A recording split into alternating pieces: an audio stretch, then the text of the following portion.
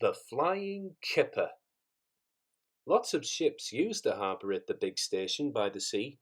The passenger ships have spotless paint and shining brass. Other ships, though smaller and dirtier, are important too. They bring coal, machinery, and other things abroad, and they bring back meat, timber, and other things we need. Fishing boats also come there. They unload their fish on the quay. Some of it is sent to shops in the town, and some goes in a special train to other places far away. The railwaymen call this train the Flying Kipper. One winter evening, Henry's driver said, "We'll be out early tomorrow. We've got to take the Flying Kipper."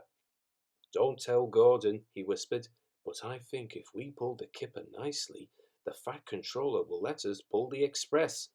"Hurrah!" cried Henry, excited. "That will be lovely." He was ready at 5 o'clock. There was snow and frost. Men hustled and shouted, loading the vans with crates of fish. The last door banged, the guard showed his green lamp, and they were off. Come on! Come on! Don't be silly, puffed Henry to the vans as his wheels slipped on the icy rails. The vans shuddered and groaned. All right, they answered grudgingly. That is better, puffed Henry more happily as the train began to gather speed.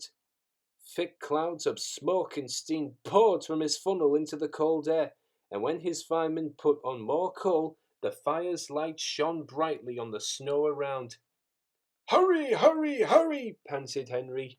They hooshed under bridges and clattered through stations, green signal lights showing as they passed. They were going well. The light grew better, and a yellow signal appeared ahead. "Distant signal up," thought Henry. "Caution." His driver, shutting up steam, prepared to stop, but the home signal was down.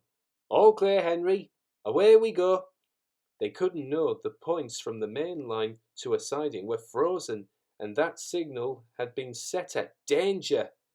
A fall of snow had forced it down.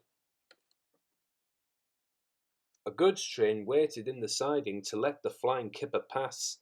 The driver and fireman were drinking cocoa in the brake van. The guard pulled out his watch. "The Kipper is due," he said. "Who cares?" said the fireman. "This is good cocoa." The driver got up. "Come on, fireman, back to our engine." "Hey," the fireman grumbled, "I haven't finished my cocoa yet." A sudden crash. The brake van broke. The three men shot in the air like jack-in-the-boxes and landed in the snow outside. Henry's driver and fireman jumped clear before the crash. The fireman fell headfirst into a heap of snow. He kicked so hard that the driver couldn't pull him out.